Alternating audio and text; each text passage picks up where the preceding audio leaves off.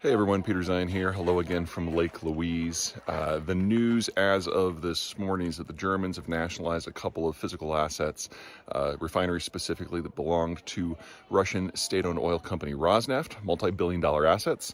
We've always known this was coming. As soon as you have the Germans and the Russians having a dispute over economics and strategy, they were going to start drawing lines, and this is one of the big ones. Now, the German strategy for dealing with the Russians going back 2 centuries has been pretty straightforward. They want to avoid a war because wars between the Germans and the Russians are awful. They fight in Poland, they fight in Ukraine, lots of people die, the weather's horrible, the terrain is wide open, they both commit atrocities, it's just wretched. So they try to avoid it, and they do that by trying to entangle their economies so they have a vested interest in not fighting. But ultimately it doesn't work out and they end up fighting, and it's horrible. So then they try to entangle again. What we're seeing now is the disentanglement and the preparing for a direct confrontation. The Germans, of course, hope it won't come to that. History suggests that hope is largely in vain. That's the bigger strategic picture. The economic picture is almost just as bold, because we have now had direct entanglement between the Europeans and the Germans for going on 30 years, and now that all becomes unwound. So the Germans have fired the starting gun with some multi-billion-dollar assets they're taking away from the Russians. Expect every single joint venture that the two sides have and lots of property on both sides to basically be unwound and returned to their national authorities. And that is the end of this phase of Russian-European integration. Don't count on it coming back anytime soon because the demographic pictures on both sides are just atrocious. So this is where it gets real, and this is where we have a sharp severing. We'll talk about what's going on with the Chinese next. Hey everyone, Peter Zeihan here, coming to you from Colorado. I've been going out of my way to not talk about the energy situation in the Ukraine war because so much has changed in the last 2 months, and I wanted to kind of get a good overhaul. We're still not at a point where I can give you a really firm prediction on too much of anything, but I do want to point out a couple of basic things about energy markets. Energy markets are so volatile because demand tends to be inelastic. So like if you say you need a gallon of gas to get from home to work and you can only get 3/4 of a gallon, you don't go to work, so you have to scrimp and save and hoodwink and steal in order to get that extra 1/4 of a gallon, otherwise your life falls apart. It's very similar for industrial needs to make petrochemicals or heating for your house. You either have it or you don't, and you are going to pay through the nose to get that last little bit. That means most of the pricing power in most energy markets comes from the cost structure and the pricing power of the marginal supplier. So whoever produces that last extra 1, 2, or 3%, they're the ones who set the market price for everything. Now, what that means in the case of the Ukraine war and the situation in Europe is the Russians have gone from providing baseload cheap energy to the European continent to suddenly removing themselves from the market. So the marginal suppliers in Europe are now setting the price. Even worse, you're talking at somewhere, based on the country, somewhere between 10 and 30% of total energy now has to come from somewhere else. So a lot has been made of the Germans bringing on these new liquefied natural gas regasification facilities so they can bring in LNG from different continents. And a lot has been made of the Europeans being able to reduce their demand by 10, 15%. These are all relevant things. And the Germans have been able to get their storage back up to 85%. And these are all good things. But that means there will be enough supply, but it will be at a very different cost structure because now 10 to 30% of the supply is coming from new marginal suppliers who are much farther away with much higher cost structures. As a rule, liquefied natural gas is the most expensive way to move natural gas from one place to another because you have to basically freeze it into a liquid, put it into a specialized tanker, ship it across an ocean, unload it at another specialized facility that can then regasify it and put it in your system. And in the case of Germany, they're using ships to do that last step, which is also the most expensive way to do it. So the cost structure for this new stuff is 2, 3, 4, 5 times as much as what the Russians used to sell their natural gas to Europe for. And that sets the price structure for the entire natural gas market, heating market, industrial energy market, and electricity market.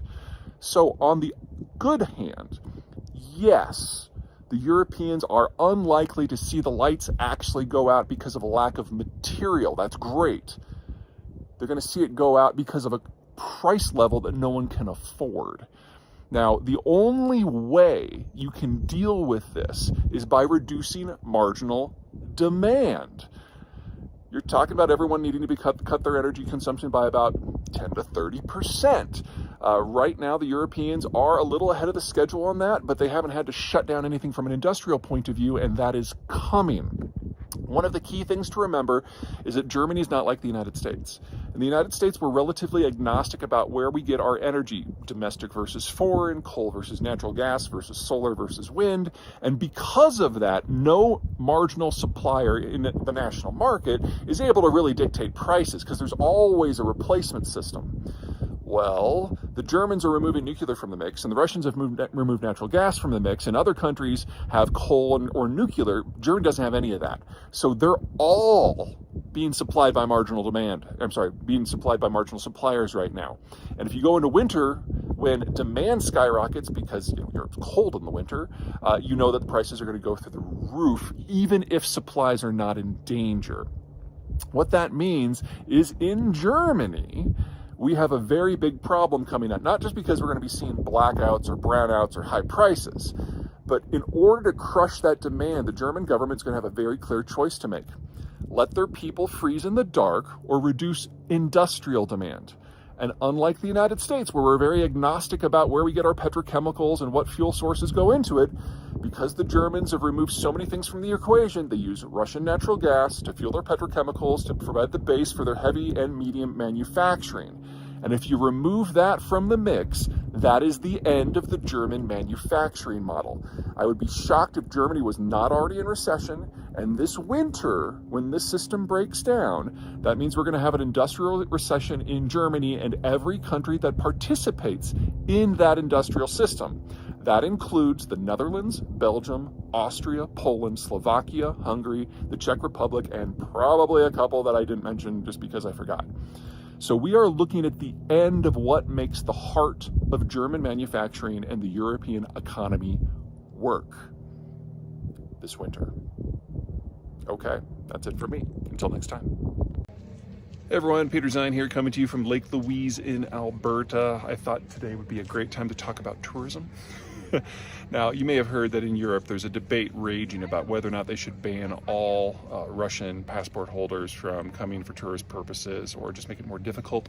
The argument really is over the degree of the restrictions, and the easy visa policies that they negotiated several years ago have already been suspended. But there are a number of countries, most notably Sweden, Finland, Poland, and the Baltics, that want to make it a more extreme ban that just prevents Russians from coming regularly at all. The template for this would be South Africa under apartheid. At that point, you had a country where 10 to 15% of the population basically imposed its will on everyone else. Ugly system, and as a result, the Europeans and some other countries prevented South African passports from being used easily in the rest of the world. And the point here wasn't necessarily to punish or force an immediate change. There was no way that an economic system as entrenched and beneficial to the minority, such as we had under apartheid, could be easily shifted just because of tourism. And that's not the goal here with Russia. Instead, it is to impress upon everyday Russians, just like they did with everyday white Afrikaners, that you are no longer part of the civilized world and you will not be treated as such. And until such time as you start abiding by some really basic concepts when it comes to human dignity, you are not welcome in the advanced system. This is going to work both better and worse in Russia compared to South Africa. First, the worst. South Africa, under apartheid, was, if you were white, still democracy. There was still a political pluralism system, there were still votes, they still mattered. None of that is the case in Russia. Russia is a single-party state where even the, quote, opposition parties are actually just arms of the ruling government.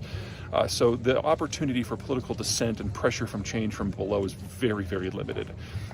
But it might also work better, because the Russians who do travel, the ones that are going to be affected by this, are not your rank and file. South Africa had a much more robust middle class among the whites than Russia has.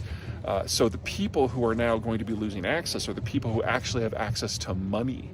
And that means that opposition isn't from below to a degree, it's from above. Now, this doesn't spell political change, this potentially spells revolution. But one way or another, that is the future of the Russian Federation. The question is whether it's in the short term or not. Personally, I don't think so, but this is the sort of policy that will nudge things in that direction. Okay, that's it for me. Until next time.